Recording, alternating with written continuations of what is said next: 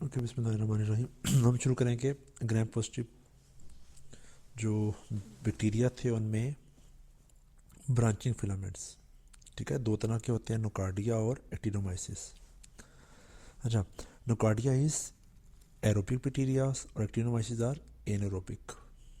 Nocardia are weak acid fast जबकि actinomyces are not acid fast.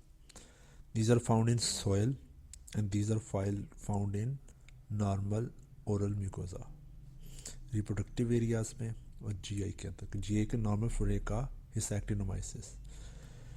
ठीक है। अच्छा, नोकार्डिया जो है इसके साथ लफ्ज़ याद रखना है, इम्यूनो कंप्रोमाइज पीपल को ज़्यादा तंग करते हैं। इम्यूनो कंप्रोमाइज लोगों को ज़्यादा तंग करते हैं, जबकि इसका लफ्ज़ याद रखना है सल्फर ग्रेन्यूल्स का। ठीक है, एक ही चीज़ याद रखने वाली है, वो है nocardia in patients with immuno compromised, जबकि एक्टिनोमाइसिस सल्फर ग्रेन्यूल्स। ब्रांचिंग के बाद ये 3-4 लफ्ज़ इसके साथ याद रखने हैं आपने। Number branching, number 2 sulphur granules, number 3 immuno compromised. ये 3 लफ्ज़ याद रखने वाले हैं। ठीक है, ट्रीटमेंट में हम लोग क्या करते हैं, पेशेंट को जो नोकार्डिया है उसमें हम लोग सेप्ट्रान देते हैं, जबकि एक्टिनोमाइसिस में हम लोग पेनिसिलिन देते हैं। ठीक है, branching bacteria 2 types, nocardia, actinomyces. Nocardia immuno compromised और एक्टिनोमाइसिस नॉर्मल फ्लोरा और विद सल्फर ग्रेन्यूल्स। इस वजह से पेशेंट को, चूँकि नॉर्मल ओरल फ्लोरा है, तो ओरल फ्लोरा को पेशेंट के साइनसिस के इन्फेक्शंस हों, दांतों के इन्फेक्शंस हों। ठीक है, तो दांतों के इन्फेक्शन हो, उसके बाद पेशेंट को सल्फर ग्रेन्यूल नज़र आए, तो क्या होगा, वहाँ पे मोस्ट लाइकली एक्टिनोमाइसिस होगा। ठीक है, तो इसी that's why it's associated with dental caries and pelvic inflammatory disease और इंट्रायूटाइन डेथ। ठीक है।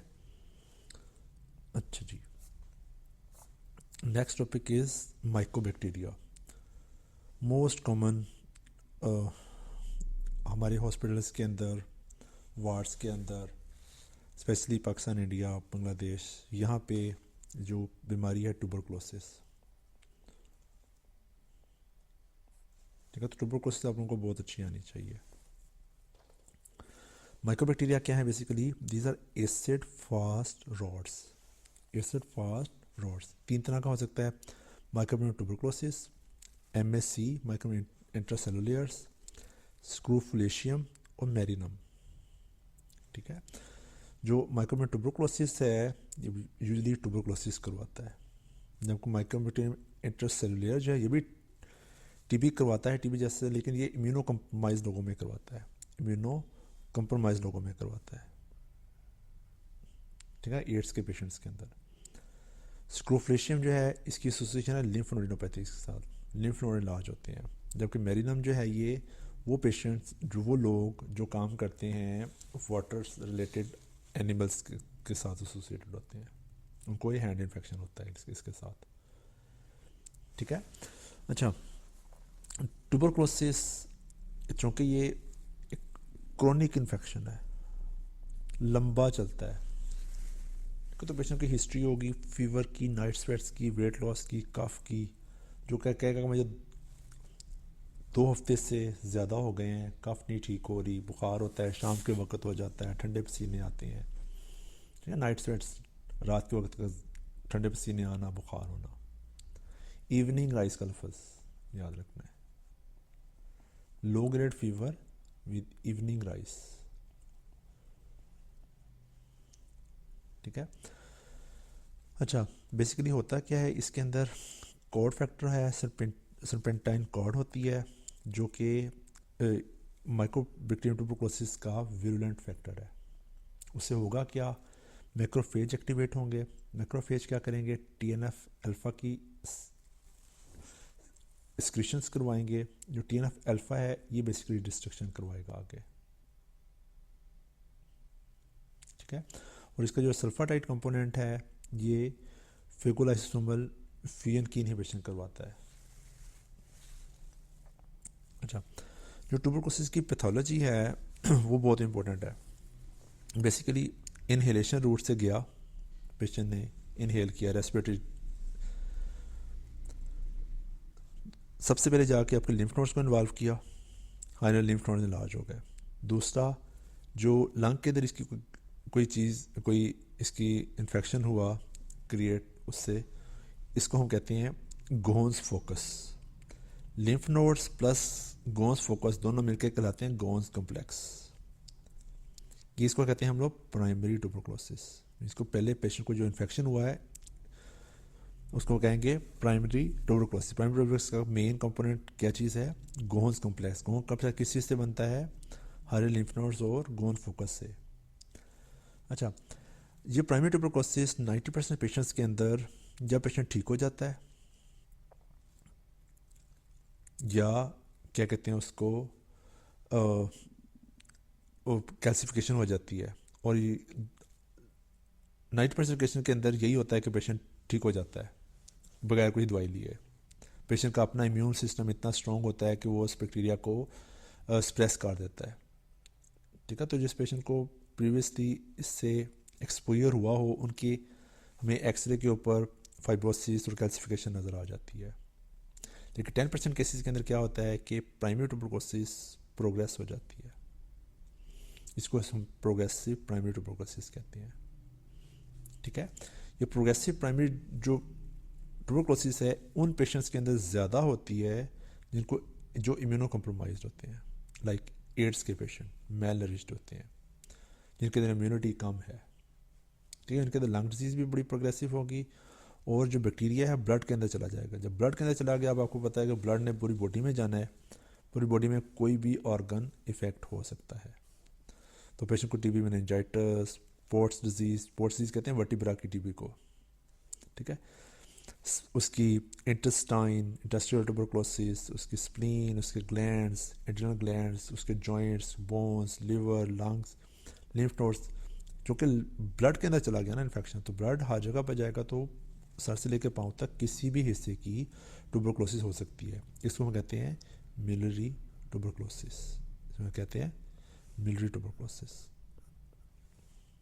ठीक है, अच्छा, जो पेशेंट्स जिनको प्राइमरी ट्यूबरकुलोसिस थी वो 90% तो ठीक हो जाते हैं, लेकिन फर्दर लाइफ में जाके, फ़र्ज़ किया एक पेशेंट को जो पहले प्राइमरी ट्यूबरकुलोसिस हुई थी, उसकी तो कोई सिम्टम ही नहीं आई उस पेशेंट को, लेकिन वो फर्दर लाइफ में जाके इम्यूनो कॉम्प्रोमाइज़ हो जाता है, उसको डायबिटीज़ मेलिटस हो जाती है, उसकी न्यूट्रिशन कम हो जाती है, उसको कोई मेलिग्नेंसी हो जाती है डेवलप, तो क्या होगा?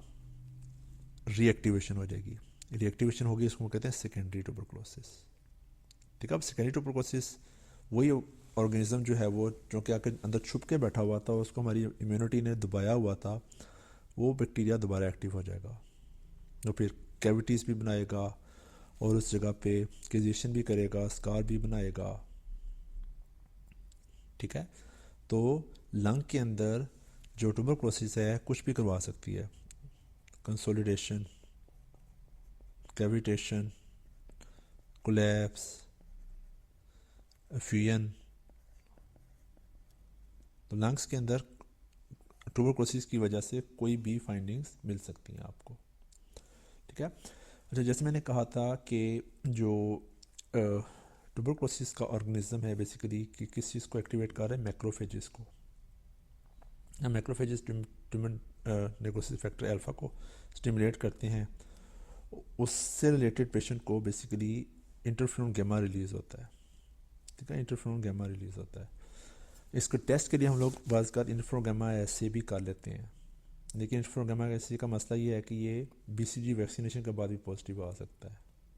दूसरा टेस्ट हम लोग करते हैं पीपीडी हम लोग क्या करते हैं? स्किन के ऊपर बेसिलस का एक्सट्रैक्ट लगाते हैं, इंजेक्ट करते हैं। इंजेक्ट करने के बाद उसकी स्वेलिंग जो है ना उसको मेजर करते होते हैं कि स्वेलिंग कितने लोग, किस तरह के लोगों में कितनी उसकी रीडिंग आनी चाहिए। ठीक है, अगर पीपीडी पॉजिटिव है पेशेंट, इसका मतलब है उसको अभी इन्फेक्शन है या उसको पहले इन्फेक्शन हो चुका हुआ है। अगर पीपीडी नेगेटिव है तो इसका मतलब है पेशेंट जो है वो उसको कोई इन्फेक्शन नहीं है, या उसको लिम्फ नोड जो सर्कुलोसिस की वजह से रेज हैं, या उसकी इम्यूनिटी इतनी है ही नहीं कि उसने उसको उसका रिस्पॉन्स करना था, मीन्स कि HIV का पेशेंट है वो, ठीक है। अच्छा, HIV की पेशेंट्स की जब बायोप्सी करते हैं लिम्फ नोड्स की, उस पर बड़ी स्पेसिफिक चीज़ नज़र आती है, उसको हम कहते हैं कैजेटिंग ग्रैनुलोमास। कैजेटिंग ग्रैनुलोमास क्या चीज़ होते हैं कि सेंट्रलाइज या नेक्रोसिस होती है, साइड पे ये उसकी साइड पे ये बड़े बड़े जॉइंट सेल्स होते हैं, लैंगरहैंस जॉइंट सेल्स, ठीक है। तो ग्रैनुलोमास, कैजेटिंग नेक्रोसिस, ग्रैनुलोमास, कैजेटिंग नेक्रोसिस, ये दो लफ्ज़ हैं जो ट्यूबरकुलोसिस से रिलेटेड आप लोगों ने लास्ट में याद रखने हैं, ग्रैनुलोमास और कैजेटिक नेक्रोसिस। अच्छा जी, फिर आता है leprosy. Leprosy is also called Hansen's disease. Basically किस वजह से है? माइकोबैक्टीरियम लेप्री की वजह से है। ये भी एसिड फाइज बेसिलाई हैं, लेकिन ये कूल एरियाज़ को, ठंडे एरियाज़ को ज़्यादा अफेक्ट करते हैं। जो माइकोबैक्टीरियम ट्यूबरकुलोसिस है उसकी प्रीडायलेक्शन है लंग्स के साथ, माइक्रो लेप्री की एसोसिएशन है नर्व्स के साथ, ठीक है। बॉडी में जहाँ जहाँ पे नर्व्स होंगी माइक्रो लेप्री उसको अफेक्ट करेगा। इस वजह से जब पेशेंट को ये पेरिफेरल नर्व्स को जब अफेक्ट करता है तो पेशेंट के हाथ और उसकी चूँकि सेंसेशंस ख़त्म हो जाती हैं, ठीक है। सेंसेशंस ख़त्म होंगी, उसको ज़ख़म होंगे, ज़ख़म होने के बाद उसके हाथ पांव झड़ना शुरू हो जाते हैं। आप देखें इसके पेशेंट के हाथों में क्या हुआ है, ये उंगलियां आगे से झड़ गई हुई हैं, टूट के गिर गई हुई हैं, ठीक है। लॉस ऑफ सेंसेशन जो कि ग्लव एंड स्टॉकिंग्स पैटर्न होती है। इस माइक्रोबैक्टीरियम को डायग्नोस करना बहुत मुश्किल काम होता है, क्योंकि ये इसका कल्चर आसानी से होता ही नहीं है। इस वजह से ये डायग्नोसिस का इसका बनाते हैं हम लोग स्किन बायोप्सी से या टिश्यू PCR से, ठीक है। अच्छा, इसकी दो टाइप्स हैं, लेप्रोमेटस और ट्यूबरकुलाइट। लेप्रोमेटस और ट्यूबरकुलाइट। लेप्रोमेटस जो है वो ज़्यादा सीवियर केस डिजीज़ है, ज़्यादा लेप्रोमेटस means lethal, can be lethal. L से लेप्रोमेटस, एल से लीथल, ज़्यादा इसको कहते हैं ज़्यादा सीवियर फॉर्म है ये, ठीक है।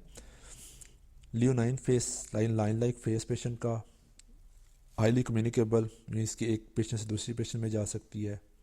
इसके अंदर सेल मेडिएटेड इम्यूनिटी इतनी पेशेंट की स्ट्रॉन्ग नहीं है, TH2 रिस्पॉन्स आता है इसके अंदर। और दूसरी टाइप है ट्यूबरकुलाइट। ट्यूबरकुलाइट बेसिकली लेस सीवियर है, लेस सीवियर नंबर वन, इसमें बारे में याद रखना है। दूसरा इसके अंदर हाइपोस्थेटिक पैचेस। हाइपोस्थेटिक पैचेस से क्या मुराद है? पेशेंट को स्किन के ऊपर एलियंस बनेगी जिनके ऊपर अगर हम टच करें तो पेशेंट को कोई फीलिंग नहीं आएगी। हाइपो मीन्स कम, aesthetic means sensations, hairless skin patches, ठीक है। इन पेशेंट्स के अंदर सेल मेडिएटेड इम्यूनिटी ज़रा स्ट्रॉन्ग होती है, इस वजह से बैक्टीरिया इतना ज़्यादा ग्रो नहीं करता। तो ट्यूबरकुलाइट means less severe disease.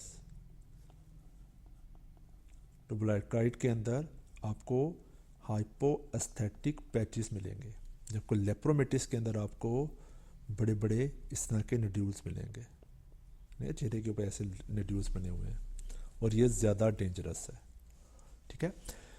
Patient की ट्रीटमेंट हम लोग कैसे करते हैं? विद डेप्सोन, रिफेम्पिसिन, और अगर पेशेंट को लेप्रोमेटिस डिजीज़ है तो क्लोफेजिमिन ऐड कर देते हैं, ठीक है।